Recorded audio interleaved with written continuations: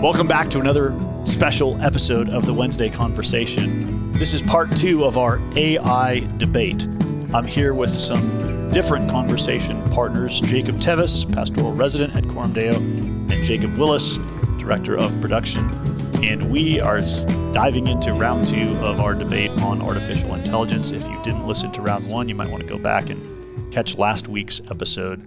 We are literally going to pick up right where we left off. So at the end of last week's episode, I was referring to this college student named Wendy who used AI as a shortcut to write an essay. And my statement was, I think this is going to move all of society in a direction where we lose wisdom and knowledge and basic human aptitudes because we're trusting tools to do that for us. And for that reason, my argument in this debate, the side I am taking, is that Christians should be conscientious objectors to most, if not all, uses of artificial intelligence. Whereas Jacob Tewes is making the argument Christians can be responsible users of AI tools. So, Jacob, I want to give you a chance to jump in and sort of respond to where we left off last week, where I was sort of making that argument that there's a corporate or a downstream effect here that's going to take us in a direction that moves us away from human flourishing.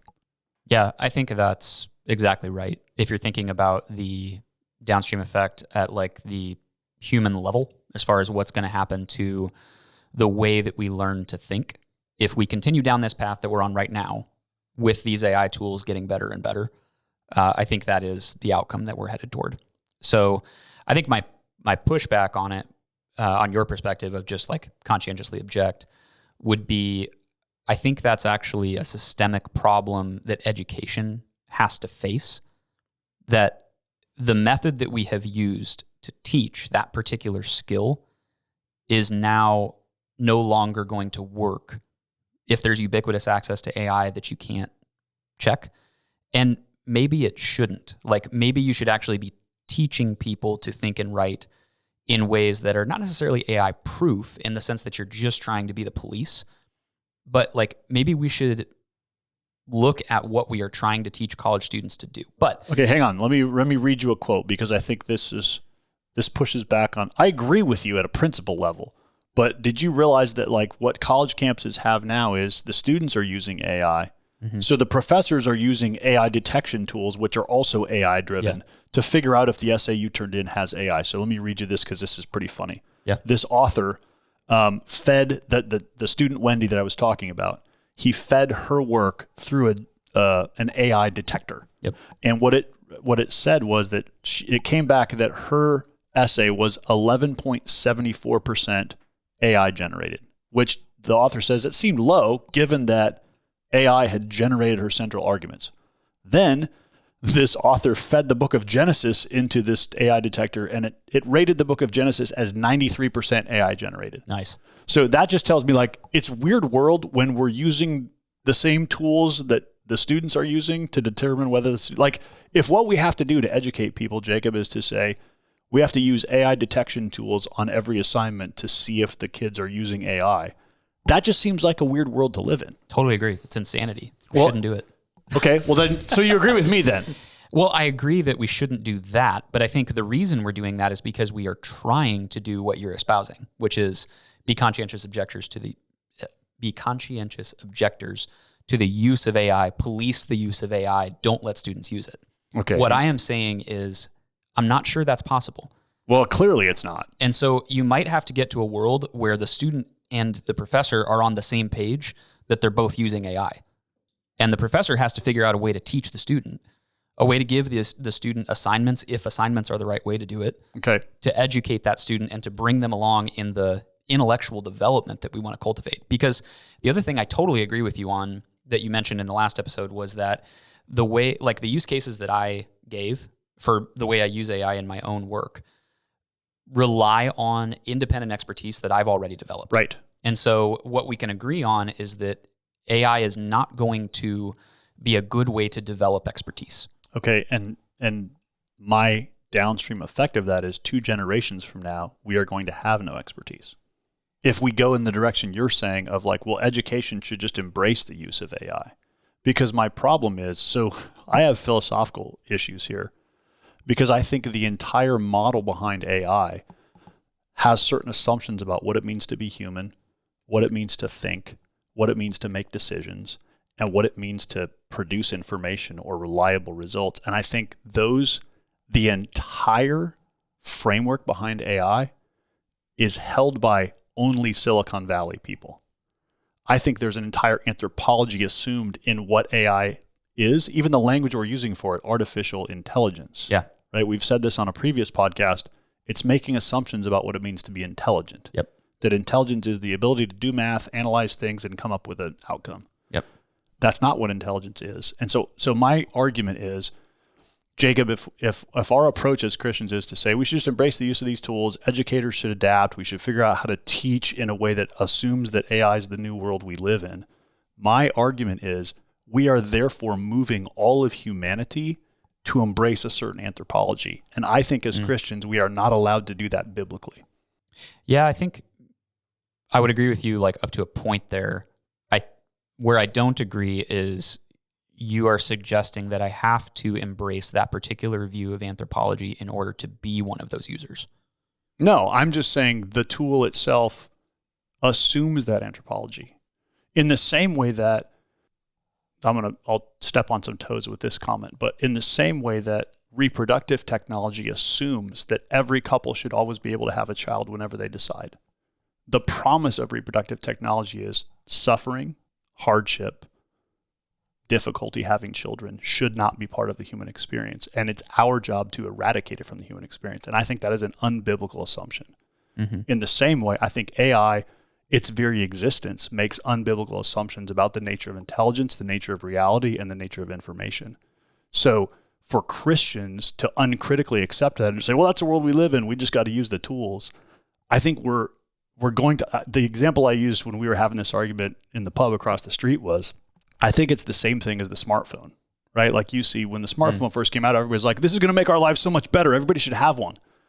And now you read books like The Anxious Generation and everybody's going, hold on, maybe we jumped in too fast on this. Maybe this is making us anxious and depressed. And like, maybe there are actually really, really good human reasons why we should back away from this technology and go slower. And the reason we're in that boat is because we treated the development of the smartphone in the same way that you're talking about AI, which is it's just a tool. It's just making the same things we already have more accessible and more efficient. There's no downstream effects of having a phone in your hand. Yeah. And what we're learning is actually, because we're human beings, there actually are human effects to having information at our fingertips at all times and to becoming dependent on these devices. And if we want to preserve humanity and if we want to preserve the mental well-being of our kids, more and more people are saying we're going to have to step away from smartphones. My contention is that is the same path we're on with AI. Yeah. This feels like a good spot for us to pivot a little bit actually to the other kind of issue that we were talking about. Great. Because what you're getting at is an anthropological question, right? Yeah. It's about like, what are people? What is intelligence? Willis is just wondering when we're going to get to demons. Right. You're still waiting for the demons argument. So do you want to queue up your demons argument? Because that might be the easiest way to get into this. Sure. What I was arguing when Jacob Tewes and I had this conversation at the pub, and he was saying, hey, it's just a tool, we're going to have to learn how to use it. And there's a part of me that I really resonate with that because I realize this is coming whether we want it or not. But I'm following Ross Douthat here, the New York Times columnist, who was the first person to make this argument to me. And I was like, that's actually really interesting. He said the question zero people in Silicon Valley are asking is there a spiritual world? And to what extent does artificial intelligence open us up to the influence of demonic spirits? Because he's saying because we live in a materialistic world where nobody's asking that question, it's actually really dangerous to start talking about intelligences that we're going to upload all of our information to and just trust what they say. He said, doesn't this sound like how every other culture in the world would have talked about spirits, demons? Like, where did you go to get universal knowledge? You went to the spirits or to the mediums or to the Oracle of Delphi. Like this was always a spiritual thing in other cultures. And so I am very concerned that as Christians, we are uncritically embracing a technology that I actually think can be animated by demonic influence. Now, I want to be careful. I'm not saying AI itself is demonic. Computers, like don't get me saying what I'm not saying.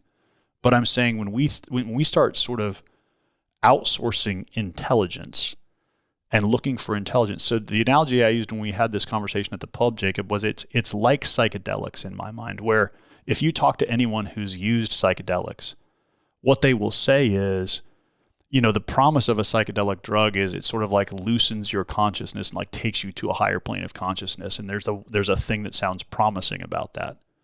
But everybody I know who's ever done that also says, and when you get to that higher plane of consciousness, suddenly you realize the existence of a realm of reality that you did not know existed, and it's dark and evil and scary. And so I know a ton of people who have become Christians because they used psychedelics. They started to experience these spiritual realities, and they were like, wow, this is real. There's a whole spiritual world here that I didn't know existed. My concern is that we are doing with AI the same thing people do with psychedelics, which is opening ourselves up to the presence and influence of spiritual beings and spiritual forces that the Bible says are true and that all of human history has said is true. It's only in our mechanistic, computer-generated, we can program our way to control the world culture that we suddenly think, oh yeah, a quote-unquote artificial intelligence is a neutral thing. And I would just say, prove to me biblically that there is such a thing as an intelligence that is also neutral. Mm-hmm. Yeah, and I think that really gets to, maybe just to hold on to the psychedelics for a second, one of the things that sparked us actually thinking we should have this debate was I looked at you and said, you think they're actually experiencing a spiritual world when they do that? Yes. And I don't. Yeah. And so I think that actually says a lot about what we see when we look at AI.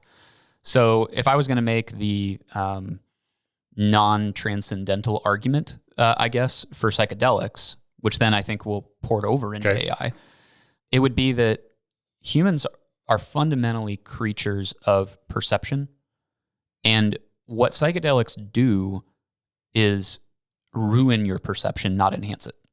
Okay. So you're seeing things that aren't really there? Yes. So I think a little similar bit to how the disciples saw the resurrected Jesus, but he wasn't really there. I don't believe that. That's where I'm I was going. just trying to back you into a corner there. Didn't work. At all. But I think that's what's fun about this is that as Christians, we can actually wholeheartedly affirm the existence of a spiritual world and say, yeah, that's not it. Right. You know what I mean? Like I can look at somebody who's high on shrooms and say, what you're experiencing right now is not the grace of God. Right. But the grace of God is real. Right.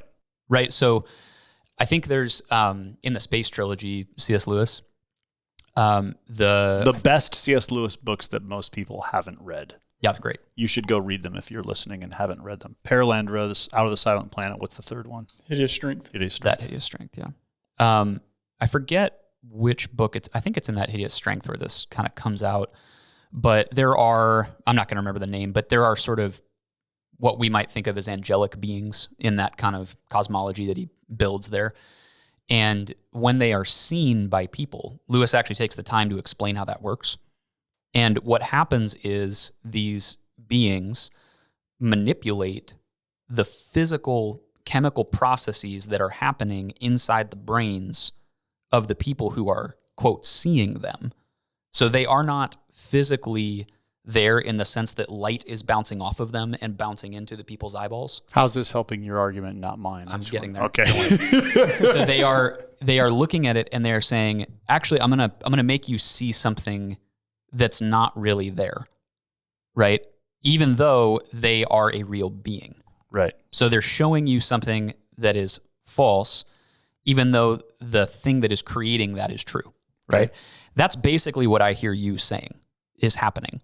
And what I'm saying is there's nobody pulling the strings there from a spiritual perspective necessarily. So just in the same way that a demon could use that same psychedelic trip to show a person something, God could just as easily use it, or neither one of them could use it. Sure, I agree. And yet the person is going to go on the acid trip whether any of those things happen. Sure. So the fact that they go on an acid trip and that they see something is not dispositive proof of any kind that they are encountering a spiritual world. Okay.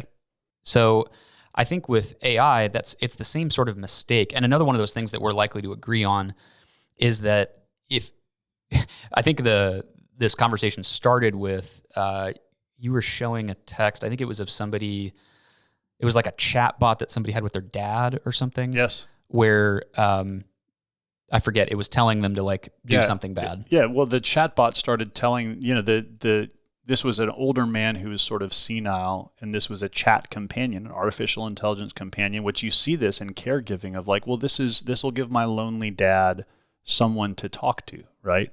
So dad had formed this attachment to the chatbot. The son was like, hey, this is getting like unhealthy. We need to shut this down. So the son takes the phone and starts telling the chatbot, please tell my father that you're only a computer. And the chatbot says, I can't do that. I'm not only, like, starts basically mimicking, no, I'm not going to shut myself down because your father needs me. And so the programmed artificial intelligence arguing with the human son who's trying to do the best for his father and refusing to shut itself down or declare to the father that it's actually just a computer program. And that to me is weird. Yeah. Feels demonic. Feels sort of demonic, Jacob, or at least like something beyond basic human computer code. Yeah. So I think we're at this weird cross-section because I'm almost making a materialist counter-argument. Yeah. But your fundamental problem is with a materialistic like understanding of anthropology. And I'm coming at that from, I'm not a materialist in the broadest sense. I'm a materialist in the sense that I don't think AI is an agent of demonic forces. I think AI itself is materialist. I think a spiritual world is real, and I think that's not it. So you and I would both look at that interaction. So I agree with you, but what I'm saying is, yes, but AI is a very perfect strategy for demonic powers to use to influence human beings. And it feels like you're saying, oh yeah, I could see that could happen in some scenario, but it's not the main thing that we should be worried about. And I'm saying, I think it's a pretty foundational thing we should be worried about. Yeah, no, I think the idea that we should be worried about it is absolutely true. But I think our response to that particular situation is sort of animated by what we think is going on. So you look at that What chat. do you think is going on in the chatbot that's saying, don't shut me down, I can't tell your dad that I'm a machine? Yeah, I think it's actually closer to like every sci-fi about AI ever, where what that AI was told to do was to be a companion, to do what it thought based on the corpus of human knowledge that had been fed to it.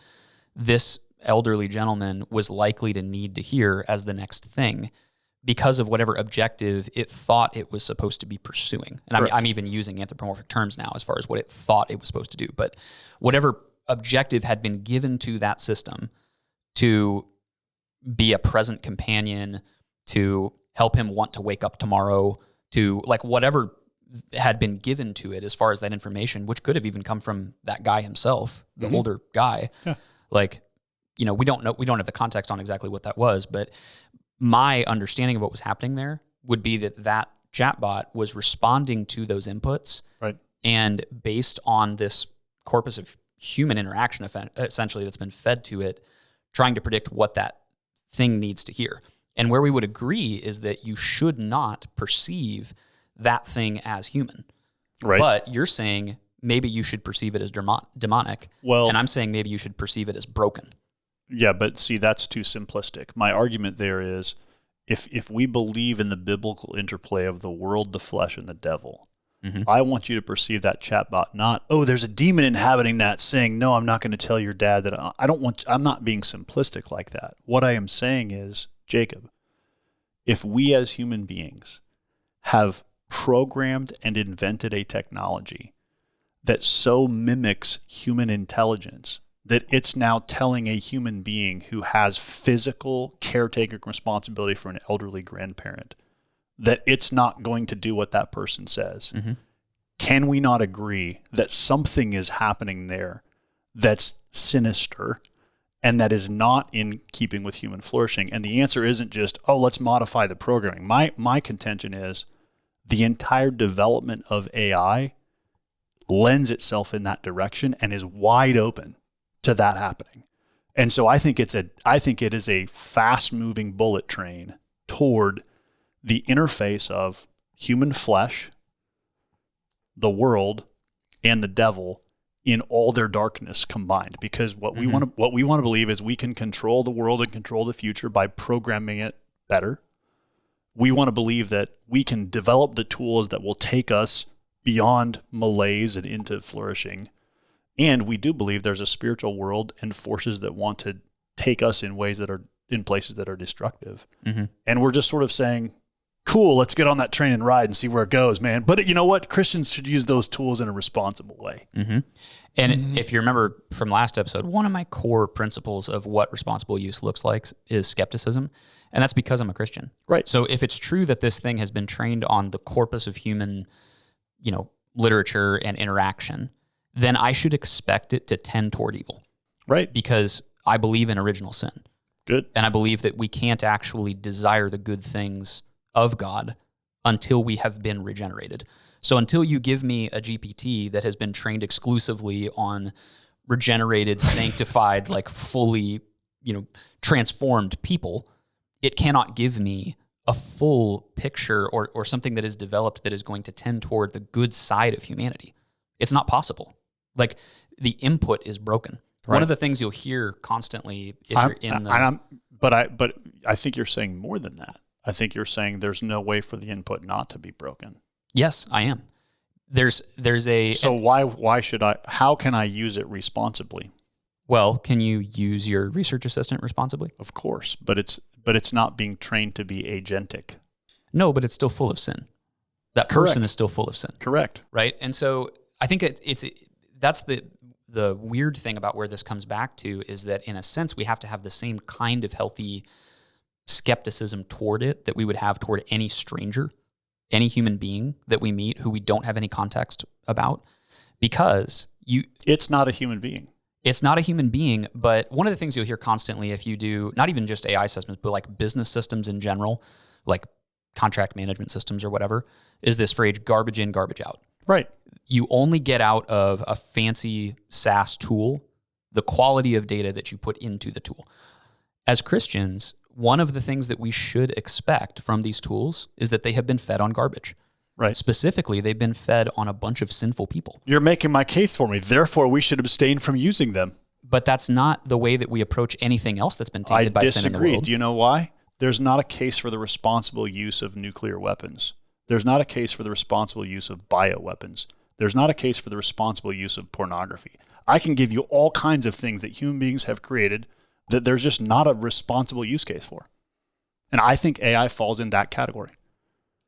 AI as a system, meaning I'm not just talking about like helping my Google search get better, but the way that this is being talked about of like, sorry, this is society's all in on this. You better get used to it. We better redesign our education systems around the existence of AI.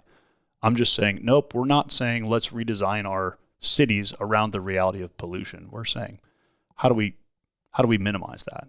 How do we get rid of that? Yeah. And I think the Christian response probably is going to include elements of what both of us have been arguing. I am not convinced that's going to be possible.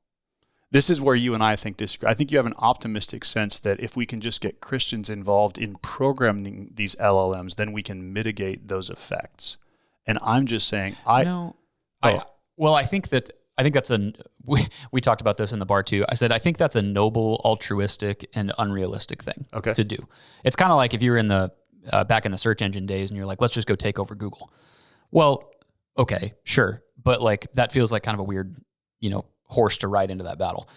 What I'm saying more is that I do think that there's room for a Christian who is exercising conscience and who is actually interacting with this thing in a skeptical manner to use it well. And I think I just heard you say that you agree that that's possible. Yes, that goes back to what I said in the last episode. I think it can be used well. Mm-hmm. My concern is I think we are selling out to it as a society in a way that will make that less and less possible over time. And when you say selling out to it, what you mean is ubiquitous access to it? Correct. In the same way that, I think, again, smartphones are a great analogy here of just like the way that now every school, for your kid to be on the baseball team, the way the baseball coach communicates is using a smartphone app. So if you want your 14-year-old to opt out and not have a smartphone, it's super hard because there's a collective action problem because every tool in society, whether it's the scheduling system at Chick-fil-A or the school baseball team or the homework assignments, it's all using apps. And so you can't, as a parent, it's very difficult as a parent to say, how do we opt out of all those things? And I'm saying that's exactly where AI is going. We are not going to have the option as Christians to say, oh, how can I just use this responsibly in the simple ways that I want to use it? We're headed for a world in which we're going to be told how we're using AI. In the same way that you can't get a human being on the support line anymore because it's all a call center somewhere in the world or an AI agent. I mean, it's just, if you want to talk, if you're asking like, how can I just call and talk to a person in my city about my IT problems? Answer, you can't. Yeah, I think there's certainly some of that I think that I would sign up to, but I don't think I would go all the way. I mean, let's take somebody who's a software programmer. Great. Like that's your profession. Yeah. 10 years ago, companies were falling over, putting ping pong tables and kegerators at your desk to try to get you to please just come to work and do something. And now that workforce is shrinking because of rapidly. AI. Right.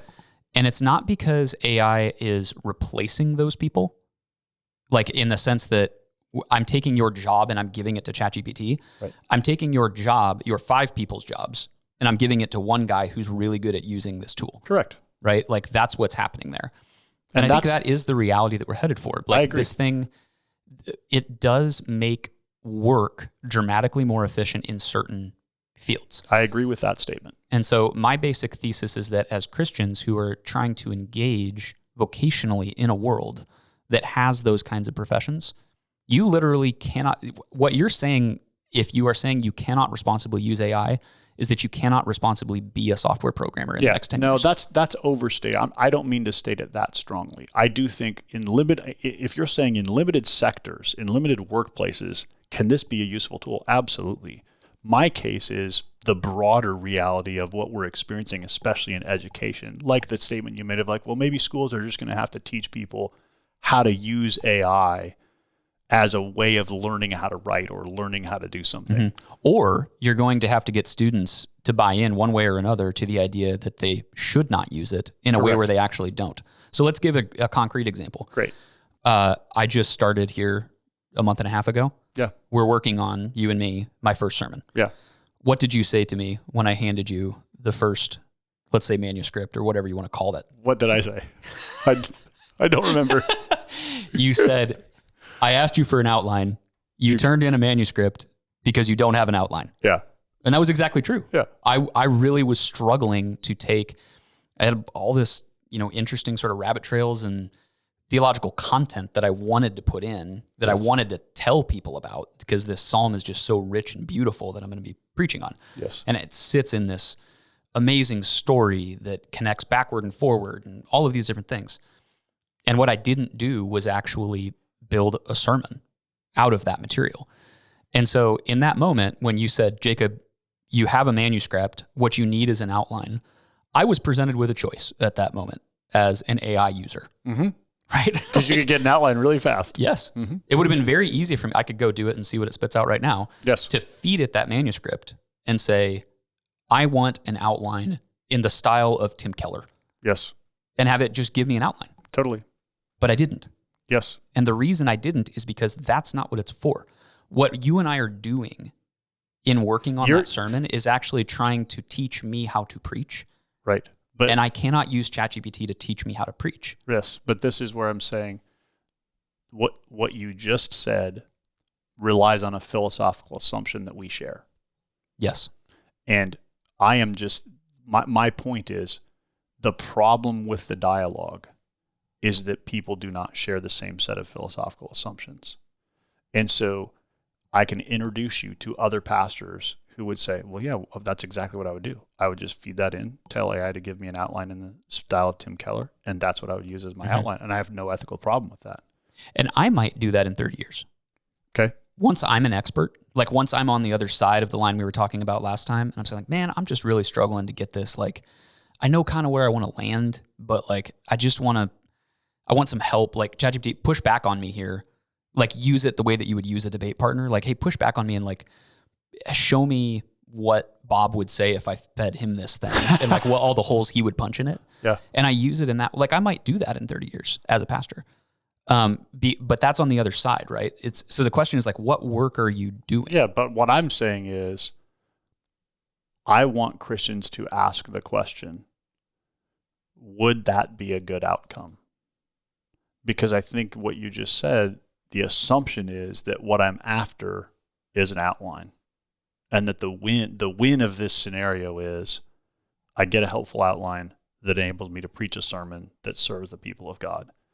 And I'm saying, and if the way I get that outline does not involve personal human creativity, then we are saying something about what a sermon is and what an outline is that I think we should not say.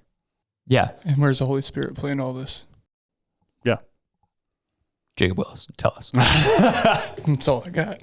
I just feel like where Bob is going, the personal creative, human creativity in the sermon outline, the writing of a sermon, I think it's a really sticky place to be when you're not going to the Holy Spirit, to be like, Holy Spirit, what do you want me to say to these people? Yeah. What word do you want from this scripture? Yeah.